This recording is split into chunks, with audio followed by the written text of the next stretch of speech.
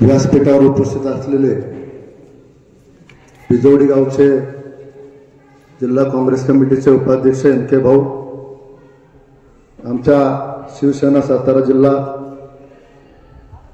प्रमुख संजयजी भोसले, माझ्या भगिनी सुरेखाताई पकाले, आपल्या बिजवडी गावचे सरपंच आणि व्यासपीठावर बसलेले इतर आणि समोर बसलेले बंधू आणि भगिनी, मला सगळ्यात जास्त विशेष वाटतं की मी 4.5-5 वर्षाच्या कालावधीनंतर इथं आलो, तरी पण तुम्ही लोक एवढ्या प्रचंड संख्येने तो उपस्थित राहायला तुमचे मनापासून आभार. तुम्हाला आठवत असेल भाऊ, सगळ्यात महत्वाचं आमच्या कुठल्याही सभेला व्यासपीठ नसतं. आमच्या सभेच्या व्यासपीठावर कोणी नसते, मोठा नेता नसतोय, गोविंदा नसते, राणी मुखर्जी नसते, भाऊसारखे मोठे नेता नसते, संजय सारखा मोठा नेता नसतो किंवा अमोल कोल्हे सारखा मोठा खासदार वक्ता असं कोण नसते, कलाकार नसतो. भाऊ, आमच्या प्रत्येक व्यासपीठावर सामान्य लोक बसलेले असतात, त्यांच्यासमोर मी भाषण करतो. माझ्यावर मोठे लोक नाही भाऊ, पण ही सामान्य लोक समोर बसलेले लोक माझ्यावर. तुम्हाला सगळ्याला आठवत असेल 2019ला असंच लोकसभेचं इलेक्शन होतं. आपण मिशिवाला होतो उमेदवार त्यावेळेस. आपण सगळ्यांनी मिळून तुमच्या सहकार्याने प्रत्येक गटात, प्रत्येक गणात, प्रत्येक गावागावात जाऊन आपण पक्षासाठी मतं, तो उमेदवार कमळाच्या चिन्हावर उभा राहिला. आम्ही लोकांना सांगितलं मान खटापासून फलटण लांब नाही. हो, लोकांचा प्रचार करताना आपण काय गोष्टी लोकांना सांगत होतो की बाबा तिकडे संजय मामा कधी येते, तिकडून एवढ्या खाल्लं तिकडे वरते तुमच्या अवघड आहे ना, 4-4 तालुके सोडून तो घाटाखाली राहतो. म्हणून मी लोकांना सांगायचो की बाबा ह्या घाटाखाली ओढत आणि तुमचे विकास कामे करा. त्या जाहीरनाम्यात भाऊ, भाजपच्या जाहीरनाम्यात बऱ्याच गोष्टी होत्या. वर्षाला 2 कोटी लोकांना रोजगार देणार म्हणून त्यांची घोषणा झाली. आजच्या दिनाला म्हणून सांगितलं त्यांनी सरसकट शेतकऱ्यांची कर्जमाफी करणार म्हणून सांगितलं होतं. सरसकट कर्जमाफी झाली का? आजच्या दिन आले का? 2 कोटी लोकांना रोजगार मिळाला का? आपल्या मान पडल्यावर थोडा आपल्या बिजवडी गावात किती जणांना रोजगार मिळाला? भाजपच्या माध्यमातून त्यांच्या जाहीरनाम्याच्या गोष्टी लिहिल्या होत्या, त्याच्याप्रमाणे आपल्या एकाही माणसाला आपल्या मान पडण्याच्या दुष्काळी भागातील कोणत्याही एका तरुणाला रोजगार मिळाला. महागाई कमी झाली नाही, शेतीमालाला दर मिळाला नाही, शेतकरी अक्षरशः भाऊ पेटापटीला आला. आणि ते मिश्रण मंत्री रणजित निंबाळकर म्हणते की तासाला भाऊ मी 1000 कोटीचा निधी आणला. तासाला 1000 कोटीचं म्हणजे झालं किती? 24 तासाचं म्हणजे एका दिवसात झालं 24,000 कोटी. भाऊ 24,000 कोटी एका दिवसाचा, तर 30 दिवसाचा किती झाला? मला पण मस्त येत नाही, तुम्हाला मस्त येते ना, मला माहिती, समोरच्या लोकांना तर नाही. आपण सामान्य शेतकरी. ह्याचं बजेट किती? महाराष्ट्र राज्य सरकारचं बजेट किती? केंद्राचं बजेट किती? हे एकटाच 1000 कोटी तासाला आणलं. कुठल्या तालुक्यात? 6 तालुक्यापैकी कुठल्या तालुक्यात? आमच्या तालुक्यात तर दिसते का तुम्हाला? मानकाटा दुष्काळी भागात असं कुठे दिसलं तुम्हाला? एवढं सगळं असताना, एवढं सगळं 5 वर्षात माझा मी फोन करायचा, माझे फोन उचलायचे नाही, नुसतं फक्त म्हणायचं भाव कसं चाललंय, भाव चांगला आहे का? माझा पीए फोन करायचा की मला इथं कामं टाकायचे, भाव सांगतात किंवा ह्या गावात आपल्याला काम द्यायचं, पाठिंबाच्या इलेक्शनला आम्ही काय लोकांना शब्द दिले होते ते शब्द आम्हाला पूर्ण करायचे. हा बाजार कधीच फोन उचलत नव्हता. कुठलंही काम मला आठवतंय अनुभव देसाईने पण पाठिंबा दिला होता, त्यांना मी पण पाठिंबा दिला होता, त्यांचं पण काम कधी केलं नाही, माझं काम कधी केलं. असं सगळं एवढं असताना इलेक्शन आल्यानंतर मला फोन करायला सुरुवात झाली. मी फोन उचलून सांगितलं, दादा बोला काय चाललंय. दादा म्हणले काय आपल्याला बसायचं. म्हणलं कशासाठी बसायचं. नाही आता इलेक्शन आलं. मनात म्हणलं 5 वर्ष कुठे बसला नाही माझ्या बरोबर, आता काय बसायचं. ठीक आहे, मी त्यांना टाळायचा प्रयत्न केला, पण त्या दिवशी मी मिटिंग घेतली देवडी. आपल्या कार्यकर्त्यांची मिटिंग घेतली, देवडी ऑफिसला बसलो होतो. आपल्या ऑफिसमध्ये गर्दी झाली होती. अचानक त्यांच्या गाड्याचा तापा आला. मला कोणीतरी सांगितलं की भाऊ खासदार साहेब खाली आला. मी म्हणलो येऊ दे बाबा, आता काय लिफ्ट खाली जाणार. लोकांना अगोदर शंका ते वरती आले. वरती आल्यानंतर स्वागत करणं गरजेचं आहे. अतिथी देव भाऊ, त्यांचं आम्ही स्वागत केलं. स्वागत केल्यानंतर मला म्हणलं की भाऊ आतमध्ये बसलो. मी म्हणलं आतमध्ये आता बसू शकत नाही, समोर लोक बसले, त्यांच्या इथे 5 मिनिटं तुम्ही बसा. मला तर नाही म्हणत मी त्यांना म्हणून नाही बसावं लागेल. माझ्यावर बसायचं असेल तर पहिलं लोकांच्या समोर मला बसावं लागेल. त्या खुर्चीवर बसल्यानंतर मी समोरच्या लोकांना म्हणलं की दादांना प्रश्न विचारतो, तुमच्या मनात काय आहे, 5 वर्ष काय होतं त्यांच्याबद्दल काय बोलायचं तुम्हाला हे बोला. बरोबर त्यांच्यासमोर कोसरे तालुक्यातील भोसरेगावचे सरपंच, त्या शेजारी भोसरेगावचे चेअरमन, सोसायटीचे चेअरमन होते. ते म्हणले भाऊ खरं सांगू का, तुम्ही रागू नका माझ्यावर, पण हा माणूस आम्हाला 5 वर्षात दुसऱ्यांदा बघायला मिळाला आणि 5 वर्षापूर्वी पण भाऊ अशीच परिस्थिती होती. आमच्या कोणत्याही सभेला, त्यांच्या प्रचारात घेतलेल्या कोणत्याही सभेला ते स्वतः उपस्थित, तरी पण लोकांनी शेखर गोरेकडे बघून मतदान करणार. त्यावेळेस पण आमच्या व्यासपीठावर कोणी नसायचं, कारण इकडे जयकुमार, इकडे शेखर गोरे, जयकुमार तिकडे असं तिकडे नेते करायचं. आम्ही सामान्य लोक. त्याला त्या सरपंचाने सांगितलं की भाऊ त्यावेळेस प्रचाराच्या वेळेस पण मी बघितलं नव्हतं, आता पण मी आता बघतोय कसले दिसतात. पाठिंबाच्या वेळेस त्या विजयसिंह मोठेपणे निवडून आले 2014ला. त्यावेळेस कमीत कमी आपल्या प्रत्येक गावात हाय मास्टर असेल, पिकअप शेड असेल, प्रत्येक गावात त्या खासदाराने काय ना काय केलं. मला आठवतं, तुम्हाला पण आठवत असेल. तुम्ही मला सांगा, एवढं सगळं झालं असताना कमळाला आपण मदत करायची का?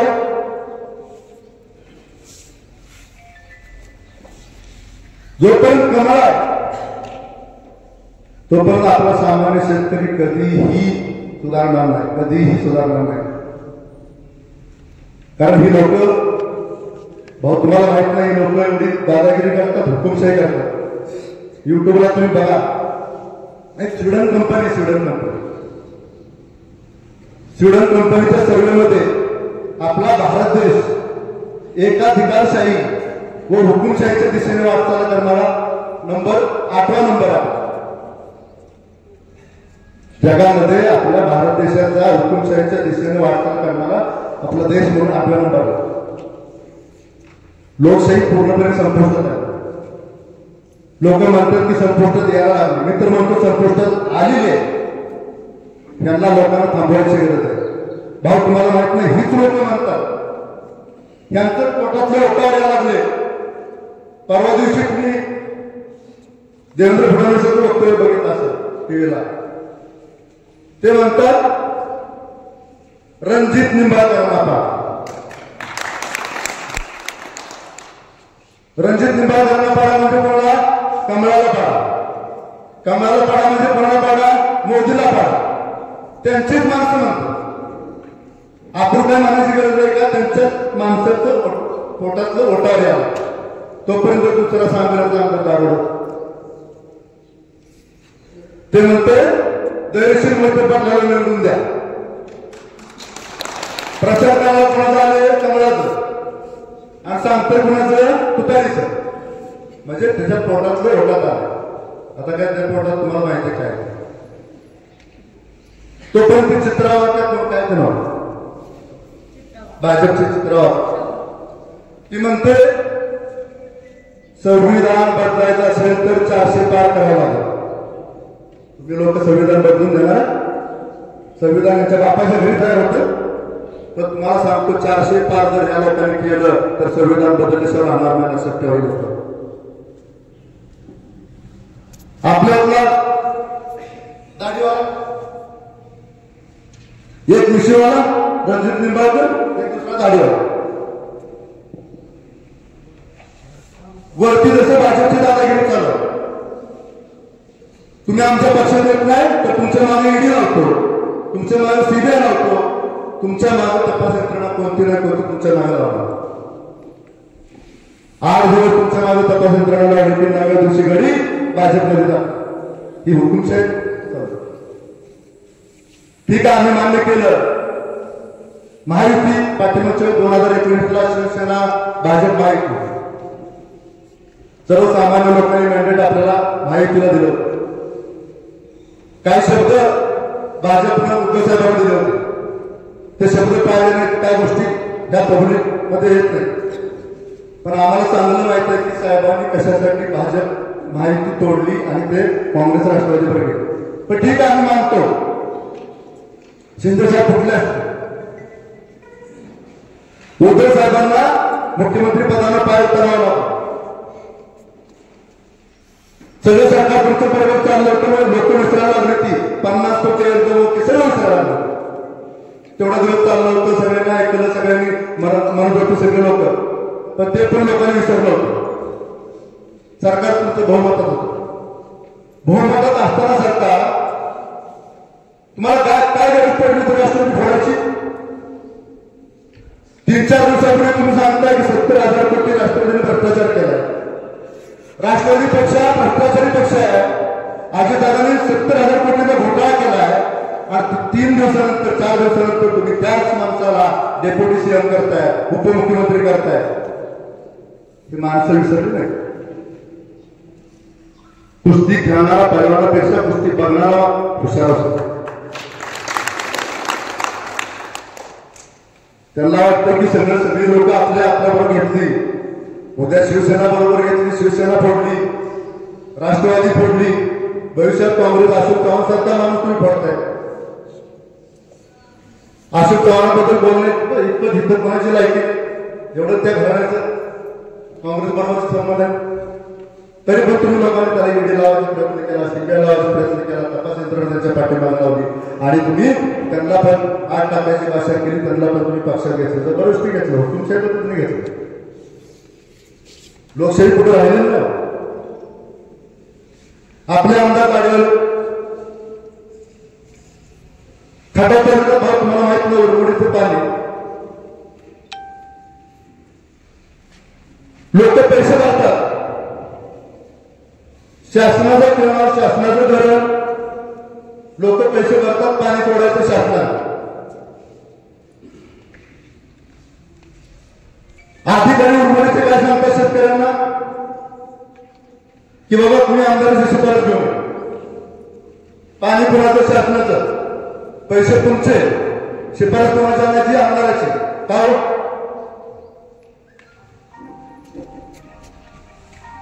अच्छा, याची हुकुमशाही नेमकं काय करायचं? त्याच्या पार्टीचं जे दार असेल त्याच्या पार्टीची ज्या ठिकाणी शेती असेल त्या ठिकाणचं दार उघडायचं. ज्या ठिकाणी त्याच्या पार्टीची शेती नसेल, पीक नसेल, तिथलं दार उघडायचं नाही. मग तो कार्यकर्ता शेतकऱ्यांचा असेल नाही तर राष्ट्रवादीचा असेल. आपल्या कार्यकर्त्याला पाणी सोडायचं, विरोध पार्टीच्या कार्यकर्त्याला पाणी सोडायचं आणि त्याला आपल्या पार्टीच्या का लोकांच्या माध्यमातून सांगायचं याला बंगल्यावर घेऊन. बंगल्यावर आला सांगायचं तुला पाणी सोडतो, तुला पाणी सोडतो, पण तुला पार्टीत माझा प्रवेश करावा. त्या धरण तुझ्या बापाचं आहे, केव्हा तुझ्या बापाचं आहे. तू काय स्वतः धरण बांधले? तू स्वतः पुस्तकातल्या पैशाने धरण बांधले? केव्हा बांधले? तू काय भागतेस? ते म्हणते की माझ्या पार्टीत प्रवेश करा तर मी पाय जोडतो. ही भाजपची जशी हुकुमशाही तशी जयकुमार गोरेची हुकुमशाही. लोकांना पोलीस स्टेशनमध्ये अडकायचं. आमच्या साहेबांना सांगायचं त्याला सांग आमदार जयकुमार गोरेमध्ये नाहीतर मी मिटवत नाही. काय पोलीस स्टेशन तुमच्या बापाचे? तू स्वतःच्या खिशातल्या पैशाने एक मोठं धरण बांध. त्याला तू कॅनल का स्वतःच्या पैशानं. मग तुला कुठं पाणी सोडायचं तिकडे सोड, खाली सोड नाहीतर वर सोड.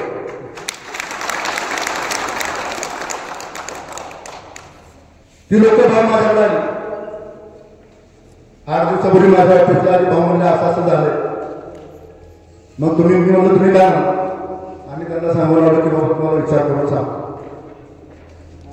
ते लोक घरी गेली, विचार करायला लागली. आता कोण सोडणार? राष्ट्रवादीवाला तर सोडू शकत नाही. जयकुमार नांदगावचं काम नाही. तर त्यांना फक्त पर्याय दिसला भाऊ शेखर गोरे. ते माझ्या ऑफिसला सगळी बसली होती. चांगली मोठी मोठी शेतकरी 35-40-50 एकराचे मालक असणारे शेतकरी समोर बसले. म्हणले भाऊ काय पण का आम्हाला पाणी सोडायला लावा, आम्ही तुमच्या पक्षात प्रवेश करतो. मी त्यांना एवढं सांगतो मी कोणत्याही देवाची शपथ घेऊन सांगतो की असं नाही म्हणलो की बाबा मी पाणी सोडतो माझ्या पार्टीत प्रवेश करा. असं नाही म्हणलो. मी त्यांना सांगितलं पहिलं तुम्हाला पाणी सोडायला लावतो आणि मग तुम्ही माझ्या पार्टीत प्रवेश करा. भाऊ त्याला मी फोन लावला. दत्ता गाडगेंनी फोन लावला. मी स्पीकर फोन केला. भाऊ तुम्हाला कधी कधी वाटतं की बाबा सुसंस्कृत पाहिजे उमेदवार, सुसंस्कृत सुशिक्षित उमेदवार पाहिजे. मी जयकुमार गोरे सारखा डॅशिंग आहे. जयकुमारपेक्षा मी डॅशिंग आहे. आपल्याला असं हे रामराज्य चाललेलं आपल्याला तिथं काहीतरी वेगळं करायचं नाही. दादागिरी लोक हे दशकमुक्त आपल्याला मान मुठाव करायचं. बरोबर आहे भाऊ. पण तुम्ही मला एका प्रश्नाचं उत्तर द्या. जयकुमारला थांबवायचं, जयकुमारची हुकुमशाही थांबवायचं, हिरा गबाळाचं भाऊ काम आहे का? आपल्या लोकांना एक श्रीमरी लोकांना भाऊने मला सांगितलं 7, 8, 9, 10 तो जाऊन आलो. ती लोक समोर बसली माझ्या. त्या जागो साहेबांना मी फोन केला. स्पीकर फोनवर लावला. नाहीतर संजू शर्मा तुम्हाला माहित नाही नेते मंडळीची सवय कशी. बरं तू एमएससीबीचं काम आहे एमएससीबीचा पाठिंबा फोन पिन कोणी करत नसतं.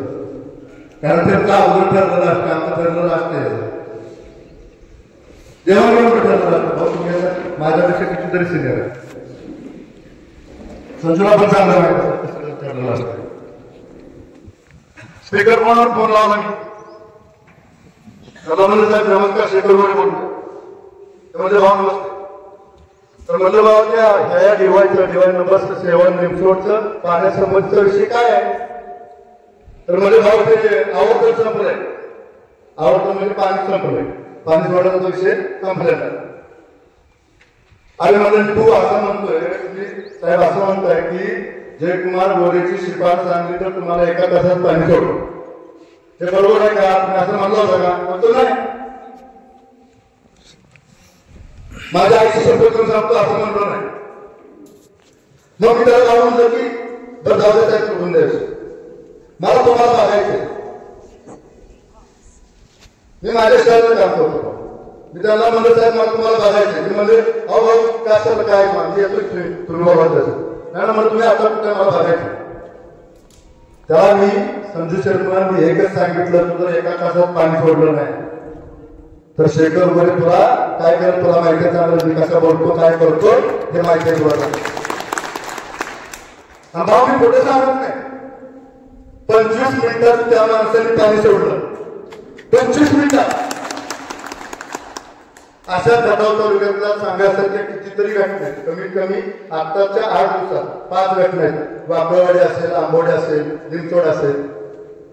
गुरसाळे असेल अशी कितीतरी 7 गाव म्हणजे आपल्या तालुक्यात मानखटाव दुष्काळी भागात हे जी आमदाराची दादागिरी चालली, दाढीवालीची दादागिरी चालली, एकीकडे काय होतं माहितीये का, आता प्रत्येक गावात गेलं समजा आपण गावाच्या विषयावर लावले फ्लेक्स, एकीकडे असतो विषयवाला, एकीकडे असतो दाढीवाला, एकीकडे असतो रणजित निंबाळकर, एकीकडे असतो जयकुमार गोरे, आणि मध्ये निघाला असतो जल नाही, जल नाही. माझा एक ह्याचा दिल्लीचा मित्र आला की मानखटाव दुष्काळ का करून बघून ते म्हणलं माझ्या डोळा दुखायला लागले, डोळा गरम व्हायला लागले म्हणला, त्याला सवय नव्हती. आम्ही 4 ते 5 गावात फिरलो, वेशीच्या बाहेर बरोबर गाव सुरुवात झाली की चालू झालं, एकीकडे विषयवाला आणि एकीकडे दाढीवाला, एकीकडे रणजित निंबाळकर, एकीकडे जयकुमार गोरे, मध्ये जल नाही, आणि ते पाणी सोडलेलं पाणी.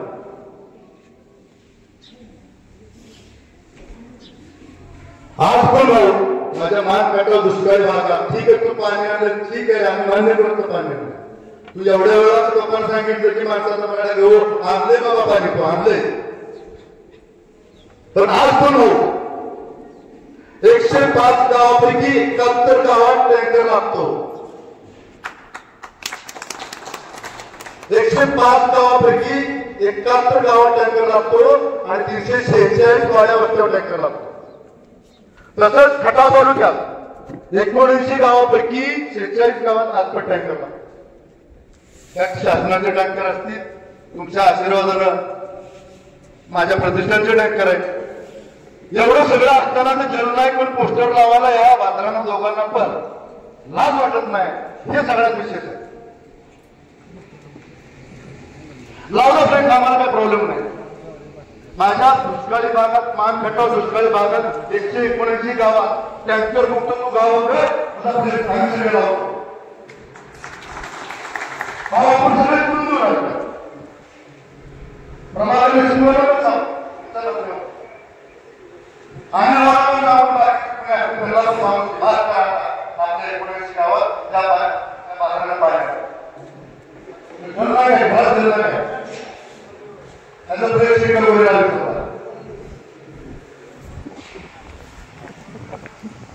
तुम्हाला जल नाही पण फ्रेश लावायचा अधिकार आहे का?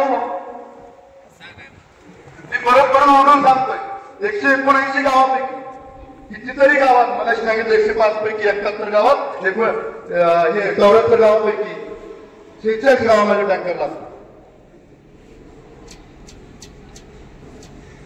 काय लोक म्हणतात की भाऊ एक कोण म्हणतं, विरोधक म्हणतात त्यांना शेखर आमदार होऊनच द्यायचं नाही.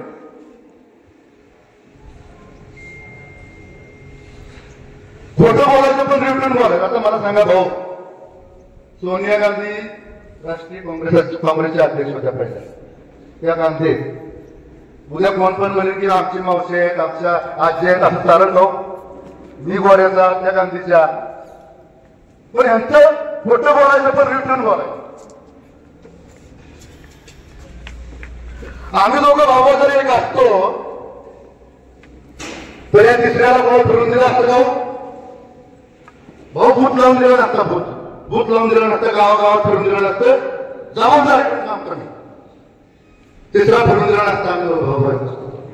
आम्ही दोघं भाऊ एक असतो तर 2009ला तो आमदार झाला असता, 2014ला शेखर गोरे झाला असता, 2019ला परत जयकुमार झाला असता, 2024ला आता मी उभा राहतो. माझ्या जिल्हा बँकेचे तुम्हाला आठवत असेल, पाठीमागच्या जिल्हा बँकेच्या इलेक्शनला सदस्य पवारांना मी उभं केलं. उभं कोणाच्या विरोधात केलं? माझ्या सख्या भावाच्या विरोधात, जयकुमार गोरेच्या विरोधात उभं केलं.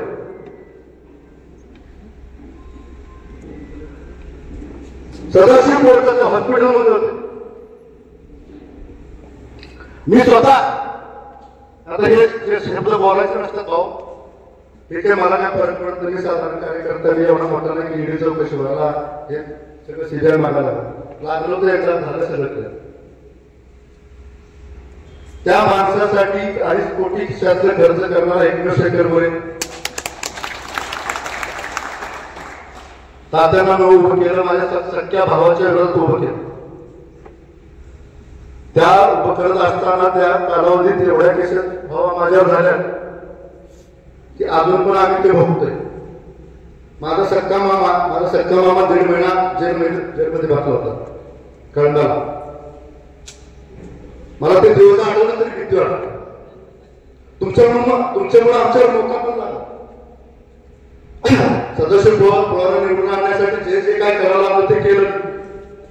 खिशातले पैसे घातले, भांडणं केली, मारामाऱ्या केल्या, दगडफेक केली. कारण जयकुमार आम्ही दगडफेक केली याचं कारणच होतं. ठराव असायचा तात्याचा किंवा ठराव असायचा सामान्य माणसाचा किंवा शेखर गोरेचा, जयकुमार गोरे गाडी घालायचा, विवार लावायचा आणि घेऊन जायचा.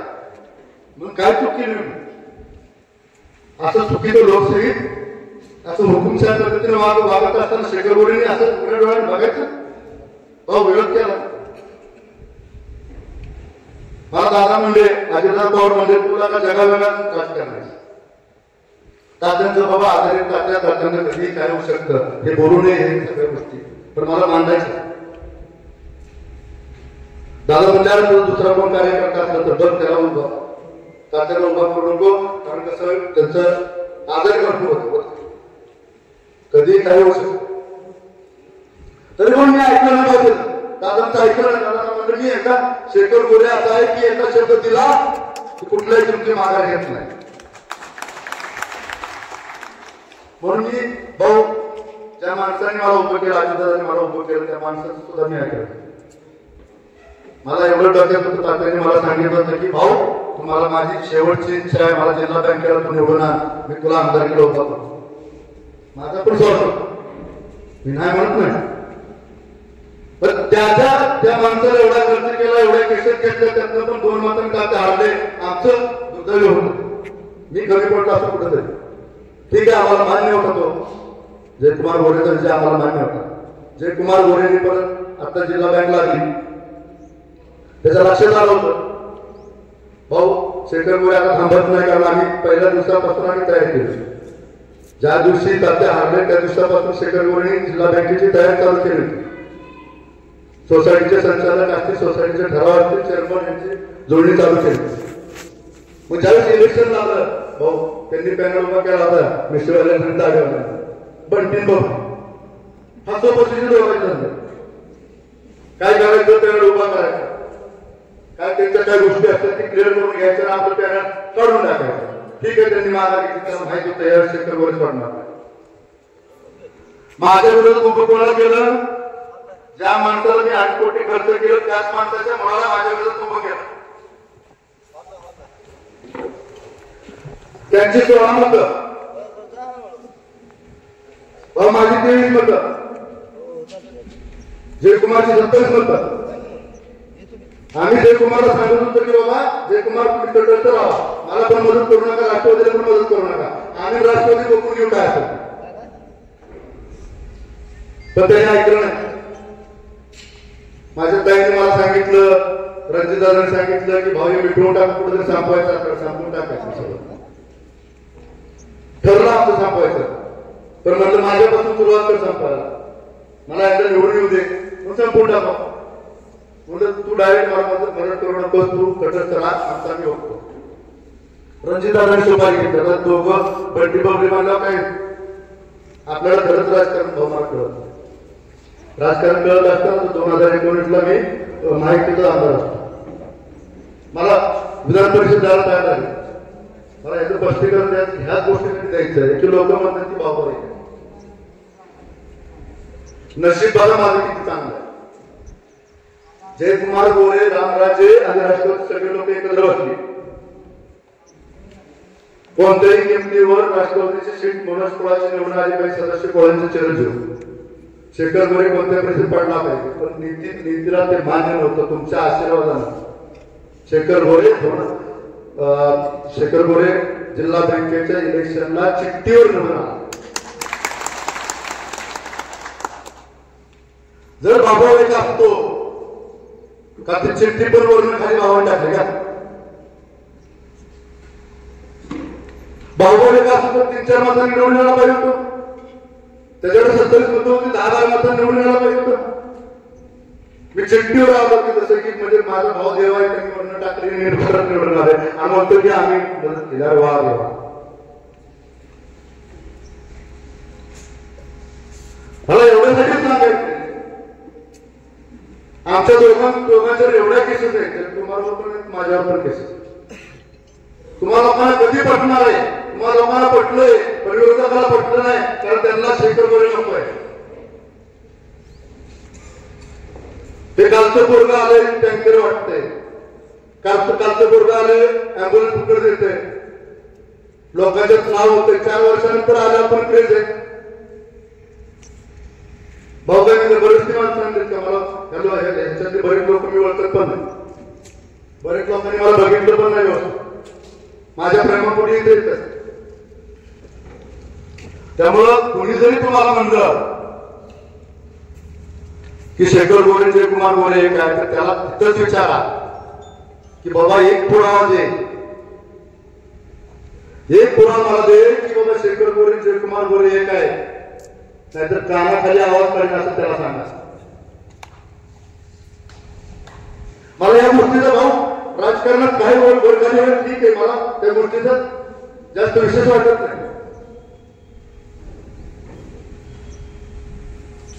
कितीतरी लोक म्हणतात, कितीतरी लोक कुठल्याही गावात गेले कोण म्हणतोय विरोधक म्हणतात. मी माझ्या मुलाची शपथ घेऊन सांगतो मित्रांनो,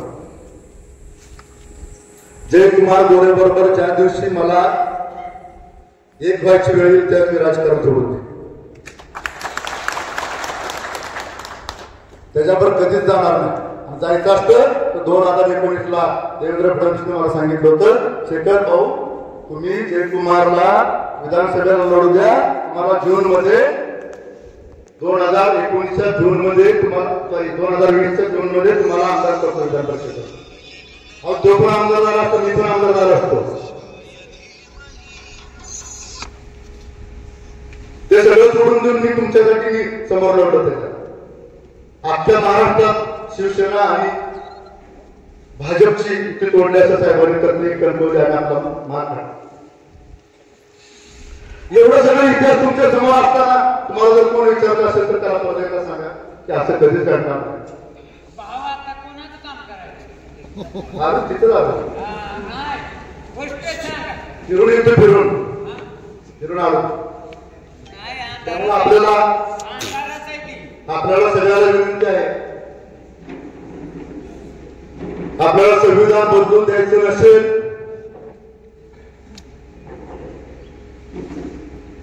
आपल्याला तरुणांना रोजगार 2 कोटी त्यांनी आश्वासन दिलं होतं ते भविष्यात पूर्ण करायचं असेल, महागाई वाढून द्यायची नसेल, शेतकऱ्याच्या शेतीमालाला हमी भाव द्यायचा असेल तर या 7 तारखेला पहिला विषयवाऱ्याला घालवा आणि नोव्हेंबरमध्ये नंतर तारीवाऱ्याला पण घालवा. परत एकदा आपल्याला सगळ्यांना विनंती करतो, काय चुकून माझ्या तोंडातून अपशब्द निघाले असतील, तुम्हाला काही ते वाईट वाटलं असेल, आपल्या सगळ्यांची माफी मागतो. एवढ्या 4.5 वर्षानंतर पण आपण लोक एवढी माझ्या प्रेम करता, ते इथं उपस्थित लोकांनी ते दाखवून पण दिलंय. माझी परत एकदा विनंती आहे, 7 तारखेला आपलं धैर्यशील मोहिते पाटलांचं चिन्ह आहे, तुतारी वाजवणारा माणूस, त्याच्या समोरील बटन दाबून प्रचंड मताने विजय करा.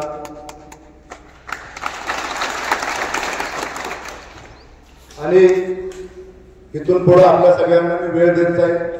बऱ्याच लोकांचं म्हणणं आहे, संजू पाटलांचं चेअरमनचं म्हणणं आहे, आपल्या संजू भोसलेचं म्हणणं आहे, भाऊ तुम्ही वेळ द्यावा. ठीक आहे, माझ्या चुका झाल्या, इथून पुढे अशी चूक होणार नाही. मला आमदार व्हायचंय, तुमच्या आशीर्वादाने तुमच्या सहकार्याने आमदार व्हायचं. जय जवाहर.